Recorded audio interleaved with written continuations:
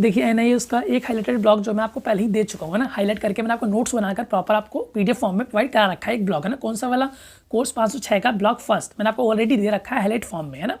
वो Telegram group में पड़ा हुआ है। अभी भी जिसको नहीं मिला है अब तक, उसके लिए कमेंट बॉक्स में लिंक है टेलीग्राम ग्रुप का, आप वहाँ से ग्रुप ज्वाइन कर लेना, उसमें पीडीएफ देखना, पीडीएफ सेक्शन में जाकर ना, तो वहाँ आपको वो वाला ब्लॉग मिल जाएगा, कोर्स 506 का ब्लॉग फर्स्ट, ठीक है। अब आज के बारे में बात करते हैं। आज मैं आपको क्या देने वाला हूँ, आज मैं आपको कौन से नोट्स प्रोवाइड करूँगा, फिर कौन सा हाईलाइट नोट आपको दूंगा, ठीक है। आज मैं आपको दूंगा कोर्स 507 का ब्लॉग फर्स्ट, जो कि है एजुकेशन एंड सोसाइटी, या फिर सोसाइटी एंड एजुकेशन, है ना। ये वाला टॉपिक जो हमारे एग्जाम पॉइंट ऑफ व्यू से बहुत ज़्यादा इंपॉर्टेंट है केवीएस के, तो पीआरटी, टीजीटी और पीजीटी हर एक पोस्ट के लिए इक्विवेलेंट रहेगा या फिर इंपॉर्टेंट रहेगा, ठीक है। एग्जाम में ये वाला सिलेबस जो है पॉइंट मतलब साफ साफ दिया हुआ है यहाँ पर, तो सिलेबस के अकॉर्डिंग बहुत ज़्यादा इंपॉर्टेंट है। एग्जाम में हमारे क्वेश्चन यहाँ से बनेंगे, ठीक है। तो इस ब्लॉग में मतलब क्या क्या है और मैंने कैसे हाईलाइट कर रखा है वो मैं आपको एक बार दिखा देता हूँ जल्दी से, है ना। तो देखो भाई, ये तो इंट्रोडक्शन टाइप है, तो यहाँ तो इतना कुछ था नहीं, है ना। ये देखो यहाँ से हाईलाइट शुरू हो गया, society meaning and it's institution, तो सोसाइटी क्या होता है उसका मीनिंग वगैरह यहाँ पर दे रखा है, ठीक है। आगे आप देखोगे तो यहाँ पर दे रखा है ना, तो ऐसे ऐसे हैं। तो कार्ल मैक्स क्या कहते हैं सोसाइटी के बारे में, है ना, बुक्स वगैरह जो किसी ने लिखी होगी तो वो यहाँ बुक्स आएंगी, ठीक है। और जॉन डेवी, तो जॉन डेवी के बारे में, जॉन डेवी ने 2 बुक्स लिखी हैं, उनका भी यहाँ नाम आएगा, ठीक है। फिर evolution of Indian society, society जो कैसे उत्पन्न हुई इंडियन सोसाइटी, तो उसके बारे में सारा मैंने जो हाईलाइट कर रखा है, ठीक है। अब यहाँ पर कुछ आपको रटने वाली बातें मिलेंगी ना, तो उसको आप थोड़ा सा इग्नोर कर सकते हैं, फिर कम ध्यान देंगे, क्योंकि केवीएस जो है अंडरस्टैंडिंग लेवल वाला ज़्यादा पूछता है। केवीएस जो है अंडरस्टैंडिंग लेवल वाला ज़्यादा पूछता है, रटने पे कम ध्यान देता है। तो इसका मतलब आप भी रटने वाले पॉइंट पे कम ध्यान देंगे, मतलब इग्नोर तो नहीं करना है, थोड़ा ध्यान दे लेना, कम ध्यान देना है ना। और जो अंडरस्टैंडिंग वाला है उसको अच्छे डेवलप करना अपनी अंडरस्टैंडिंग, ताकि आप टॉपिक जो है देख सको, क्वेश्चन जो है इसके एमसीक्यूज अटैम्प्ट कर सको, ठीक है भाई। तो देखो यहाँ पर और सारा मैंने हाईलाइट कर रखा है आपके लिए। रविन्द्रनाथ टैगोर के बारे में बात बताई गई, उन्होंने क्या कहा है इसके बारे में ना, तो ये इंपॉर्टेंट बातें हैं सारी। फिर school as an organ of society, तो स्कूल जो है सोसाइटी किस तरीके से हेल्प करता है, तो वहाँ सारा आपको मिलेगा, ठीक है। तो ये पीडीएफ जो है कितना लंबा है, ये पीडीएफ जो है 100 पेजेस के आसपास आई थिंक, है ना। तो सारा आपको यहाँ पर मिल जाएगा, ठीक है। ये देख लो आप, मैं आपको नीचे दिखा देता हूँ ना, नीचे ये सारा हाईलाइट मैंने किया हुआ है आपके लिए, तो प्रॉपर नोट्स की फॉर्म में ये है, जिससे आपको बहुत ज़्यादा हेल्प होगी और आप इसको क्लियरली पढ़ सकते हैं, ठीक है। देखो यहाँ पर दे रखा है लाइफ स्किल्स, तो लाइफ स्किल्स क्या होती है, 3 टाइप की होती हैं, सोशल स्किल्स, थिंकिंग और इमोशनल स्किल्स, है ना। लाइफ स्किल कितनी होती हैं, 10 होती है, जो कि WHO ने कहा है, वर्ल्ड हेल्थ ऑर्गेनाइजेशन। तो ये लाइन बहुत इंपॉर्टेंट है कि लाइफ स्किल कितनी होती हैं, 10 होती हैं, ठीक है। तो यहाँ सारा आपको जो है देखने को मिल जाएगा। जो इंपॉर्टेंट है मैं सिर्फ वही हाईलाइट किया है ना, फालतू की बातें जो थी वो हाईलाइट नहीं किया जाए, तो आपका टाइम बचेगा, ठीक है। तो यहाँ पर जो है मैं आपको सीधा नीचे दिखा देता हूँ 100 पेज पे, तो ये आप यहाँ पर देख लो, ठीक है। तो यहाँ पर देखो, ये नीचे हम आ गए, तो 100 के आसपास इसमें पेजेस हैं, तो लास्ट में ये सारा था कि क्या होता है, ठीक है। तो सारा मैंने हाईलाइट कर रखा है, तो ये नोट्स आपको मैं प्रोवाइड करा। देखो जो मैंने आपको हाईलाइटेड पीडीएफ दिखाई है, वो पीडीएफ को कैसे मिलेगी ये बताने से पहले आपको दिखाना चाहूँगा कि वो पीडीएफ आपको किस तरीके से हेल्प करेगी, उससे आपको क्या फ़ायदा होगा, ठीक है। उस पीडीएफ में जो भी कंटेंट है उससे क्या क्वेश्चन जो एग्जाम में आते हैं, किस तरह के क्वेश्चन एग्जाम में आते हैं, पहले आपको सैंपल दिखा देता हूँ। कुछ 4-5 क्वेश्चन हम डिस्कस कर लेते हैं जो एग्जाम में आते हैं, फिर एग्जाम के पॉइंट ऑफ व्यू से बहुत इंपॉर्टेंट है, और उसका कंटेंट आपको उस पीडीएफ में पढ़ने के लिए मिलेगा, ठीक है। तो क्या क्वेश्चन भाई एक बार देख लेते हैं हम, ठीक है। फर्स्ट क्वेश्चन हमारा ये है, जैसे कि फर्स्ट क्वेश्चन है ना, लेटेस्ट क्वेश्चन है कम्युनिटी पे। तो पहला क्वेश्चन क्या है हमारा, the purpose of creating partnership with the neighbouring school should not relate to. अगर हम पार्टनरशिप करते हैं विद नेबरिंग स्कूल, हमारा स्कूल जो है नेबरिंग स्कूल से पार्टनरशिप कर रहा है, तो उसके क्या फ़ायदे नहीं होते हैं, शुड नॉट बोल रहा है, शुड नॉट, है ना, क्या फ़ायदा नहीं होगा। तो हम देखते हैं पहला क्या लिखा है, इंप्रूविंग पेडागॉजिकल अप्रोचेस, हमारी जो पेडागॉजिकल अप्रोचेस है वो इंप्रूव होंगी, है बच्चों को कैसे पढ़ाना है।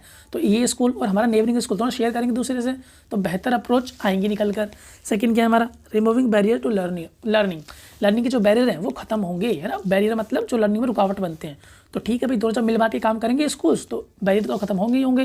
तो ये भी क्या है, तो पॉजिटिव पॉइंट है, उसने बोला शुड नॉट वाला, तो ये भी ठीक है। अभी तो improving transition pathway between school, है ना, तो बिटवीन स्कूल के बीच जो ट्रांजिशन पाथवे होता है, तो जो भी एक्सचेंज होता है वो सारे स्मूथली चल सके और दोनों जो स्कूल है अच्छे से फंक्शन कर सकें, तो ये भी क्या हमारा पॉजिटिव रिस्पॉन्स है। तो ये तीनों हमारे सही हैं अभी तक। तो नेक्स्ट देखते हैं, removing individual difference of learner, बच्चे के जो इंडिविजुअल डिफरेंस होते हैं उनको हम रिमूव कर दें। कैसे करते हैं भाई, नहीं है ना, इंडिविजुअल डिफरेंस है वेरी वेरी इंपॉर्टेंट। कोई भी अगर लर्नर है, कोई भी बच्चा है, उसमें सब में अपने अंदर एक खूबी होती है, फिर वो अलग होती है सबसे, और वो इंपॉर्टेंट है हमारे मतलब टीचिंग पॉइंट ऑफ व्यू से, ठीक है। तो हर बच्चा अपने आप में अलग होता है, उसको हमें चेंज करने की कोशिश कभी नहीं करनी है। तो रिमूविंग, हम उसके इंडिविजुअल डिफरेंस को रिमूव नहीं करेंगे। तो ये हमारा ऑप्शन क्या हो गया, ये करेक्ट हो गया, ये काउंट नहीं करेंगे, ठीक है भाई। अब देखते हैं सेकंड क्वेश्चन क्या है हमारा। सेकंड क्वेश्चन इसमें तो वो ये रहा भाई, सेकंड क्वेश्चन में लिखा है what measure should be adopted what measure should be adapted for forming learning communities. तो लर्निंग कम्युनिटीज़ बनाने के लिए हमें क्या मेजर लेने पड़ेंगे, और साथ में इंश्योरिंग देयर स्मूथ फंक्शनिंग, और वो स्मूथली फंक्शन कर सके उसके लिए हम क्या काम करेंगे। ठीक है, क्या बनाना है हमें लर्निंग कम्युनिटीज़। वो क्या होती है भाई, मतलब ताकि स्कूल जो है कम्युनिटी से डायरेक्टली लिंक कर सके या फिर उनकी भी हेल्प ले सके एक दूसरे काम में ना। तो फिर क्या है, फ्रीक्वेंट मीटिंग, वेरी गुड। पहले हम क्या करेंगे, फ्रीक्वेंट मीटिंग करेंगे, उनके साथ मीटिंग रखा करेंगे ना, स्कूल और कम्युनिटी आपस में क्या रखेंगे, मीटिंग रखेंगे, डिस्कस क्या करेंगे कि हमारे स्कूल में क्या कमियाँ किस तरीके से दूर हो सकती हैं, इस तरीके से बातचीत होती रहती है। फिर clarity of goals and means, clarity of goals and means, तो सोसाइटी को क्लियर होना चाहिए कि हमारे स्कूल के जो है गोल्स क्या है, हमारा स्कूल क्या चाहता है। तो स्कूल अपने बात उनके सामने रखेगा कि हम ये चाहते हैं ऐसे और इसको इस तरीके से करेंगे, तो सारी बातें क्लियर होती हैं, मतलब कम्युनिकेशन होता है बिल्कुल प्योरली कम्युनिटी और स्कूल के बीच में। ठीक है, बातें ट्रांसपेरेंट रहती हैं, तो बहुत बढ़िया। फिर डॉक्यूमेंट्स, बिल्कुल जो भी डॉक्यूमेंट्स होंगे वो भी शेयर किए जाएंगे कम्युनिटी से, ताकि बातें जो है ट्रांसपेरेंट रहे, कुछ भी छुपा हुआ ना रहे। हम पे कितना फंड आया है स्कूल पे ना, किस फंड को हम किस तरीके से कहाँ यूज़ कर रहे हैं, ताकि कम्युनिटी का हम पर भरोसा बना रहे। तो तीनों काम करने पड़ेंगे स्मूथ फंक्शनिंग के लिए। तो क्या हो गया इसका, ऑल ऑफ दीज आंसर हो गया। ठीक है भाई, नेक्स्ट क्वेश्चन देख लेते हैं, क्वेश्चन नंबर 3। 2-4 क्वेश्चन और देखने में, 2-3 देख लेते हैं, 2-3 है ना, उससे आपको पता लग जाएगा कैसे कैसे बेहतरीन क्वेश्चन है, और आपको उस पीडीएफ में देखने को मतलब पढ़ोगे आप कंटेंट, तो उसको आप में सारा एनालाइज कर पाओगे और अच्छे से आपका ये टॉपिक क्लियर हो जाएगा। ठीक है, तो हमारा क्या है भाई, पहला creating partnership with desk can provide IT facilities. अगर आईटी फैसिलिटीज़ चाहिए स्कूल के लिए, आईटी मतलब इन्फॉर्मेशन टेक्नोलॉजी, तो हमें इन्फॉर्मेशन टेक्नोलॉजी चाहिए, तो हम किस सेक्टर से कोलैबोरेशन करें या फिर किस सेक्टर की हेल्प ले। तो स्पोर्ट्स एसोसिएशन, नहीं भाई स्पोर्ट्स वाले तो स्पोर्ट्स में हेल्प कर पाएंगे ना, वो आपको बैट बल्ला ये सारा मतलब इनमें हेल्प कर पाएंगे, बॉल वगैरह जो भी होता है स्पोर्ट्स का सामान उसमें हेल्प कर पाएंगे। आईटी में कैसे हेल्प करेंगे वो। फिर कल्चर ऑर्गेनाइजेशन, तो ये भी नहीं हेल्प कर पाएगी आईटी के लिए, अपनी कल्चर्स की बातें बताएंगी, तो कल्चर रिलेटेड अगर कुछ काम होगा तो हम इनकी हेल्प ले सकते हैं। फिर इंडस्ट्रीज़, तो हाँ इंडस्ट्रीज हेल्प कर सकती हैं, तो इंडस्ट्रीज़ के पास अपना जो है आईटी सेक्टर का कुछ तो सामान होगा है ना, लाइक लैपटॉप्स वगैरह या माइक वगैरह, ये कुछ भी सिस्टम होगा, स्पीकर्स वगैरह, तो वो हम कभी कभी यूज़ कर सकते हैं अपनी स्कूल्स के लिए, हमें प्रोवाइड करा सकते हैं। ठीक है, तो इनसे हम कोलैब कर सकते हैं। दूसरा क्या, हेल्थ सेंटर, हेल्थ सेंटर तो हमारे हेल्थ फैसिलिटीज़ देंगे ना भाई, डॉक्टर्स वगैरह नर्सेज वगैरह, फिर फर्स्ट एड कैसे किया जाता है, सारी ये वाली बातें बताएंगे। हमें क्या चाहिए, लेकिन आईटी सेक्टर की हेल्प चाहिए, तो कौन हेल्प कर सकता है, हमें इंडस्ट्रीज हेल्प कर सकती हैं। नेक्स्ट क्वेश्चन हमारा क्या, question number 4, partnership with neighbouring school. अगर हम नेबरिंग स्कूल से पार्टनरशिप करते हैं तो हमारा क्या फ़ायदा होगा, broaden and enrich the curriculum of school. तो इसको जो करिकुलम होता है वो ब्रॉडन होगा, बढ़ेगा, और एनरिच होगा, उसमें बेहतरी आएगी। तो बिल्कुल ठीक है भाई, ऐसा होगा।